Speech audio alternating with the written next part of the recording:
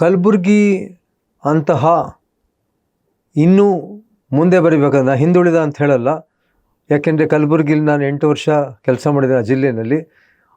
ಅಲ್ಲಿ ಈ ರೀತಿ ಶೈಕ್ಷಣಿಕ ಮತ್ತು ಆರೋಗ್ಯ ಮೇಳ ನಡೀತಾ ಇರೋದು ಒಂದು ಸ್ವಾಗತಾರ್ಹವಾದ ಕೆಲಸ. ಕಲಬುರಗಿಯಿಂದ ಬಹಳ ಮಂದಿ ವಿದ್ಯಾರ್ಥಿಗಳಿಗೆ ದೊಡ್ಡ ದೊಡ್ಡ ಉನ್ನತ ಹುದ್ದೆ ಪಡಿಬೇಕು, ಉನ್ನತ ವಿದ್ಯಾಭ್ಯಾಸ ಪಡಿಬೇಕು ಅಂತ ಬಹಳ ಆಸಕ್ತಿ ಇದೆ.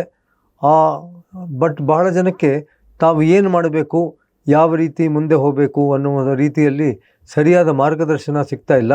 ಸಂಯುಕ್ತ ಕರ್ನಾಟಕ ಕಲಬುರಗಿಯಲ್ಲಿ ಏಪ್ರಿಲ್ 8ನೇ ತಾರೀಕು ಏನು ಈ ಮೇಳ ನಡೆಸ್ತಾ ಇದ್ದಾರೆ, ಆ ಮೇಳದಲ್ಲಿ ಅಲ್ಲಿಯ ಜನರಿಗೆ ಆರೋಗ್ಯದ ಬಗ್ಗೆ ಮತ್ತು ಉನ್ನತ ಶಿಕ್ಷಣದ ಬಗ್ಗೆ ಮತ್ತು ಮುಂದೆ ಯಾವ ಯಾವ ರೀತಿಯ ನೌಕರಿಯ ಅವಕಾಶ, ಉದ್ಯೋಗದ ಅವಕಾಶ ಇದೆ ಅದರ ಬಗ್ಗೆ ಸಂಪೂರ್ಣವಾದ ಮಾಹಿತಿ ಕೊಡೋ ಪ್ರಯತ್ನ ಸಂಯುಕ್ತ ಕರ್ನಾಟಕ ಮಾಡ್ತಾ ಇದೆ.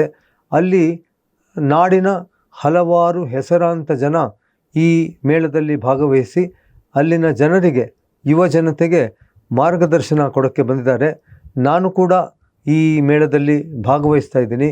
ಯಾವ ರೀತಿ ಸಿವಿಲ್ ಸರ್ವಿಸ್ ಪರೀಕ್ಷೆಗಳು ಮತ್ತು ಇತರ ಸ್ಪರ್ಧಾತ್ಮಕ ಪರೀಕ್ಷೆಗಳನ್ನು ನಾವು ಬರೀಬಹುದು, ಯಾವ ರೀತಿ ನಮ್ಮ ಜೀವನವನ್ನು ಹಸನಾಗಿ ಮಾಡಿಕೊಳ್ಳಬಹುದು, ಮತ್ತು ಈಗಾಗಲೇ ನಾವು ನೋಡಿರುವಂತೆ ಕಲಬುರಗಿ, ಈಗ ಸದ್ಯಕ್ಕೆ ಕಲಬುರಗಿಯಲ್ಲಿರುವ ಪೊಲೀಸ್ ಕಮಿಷನರ್ ಕೂಡ ಅದೇ ಜಿಲ್ಲೆಯಿಂದಲೇ ಬಂದಂಥವರು.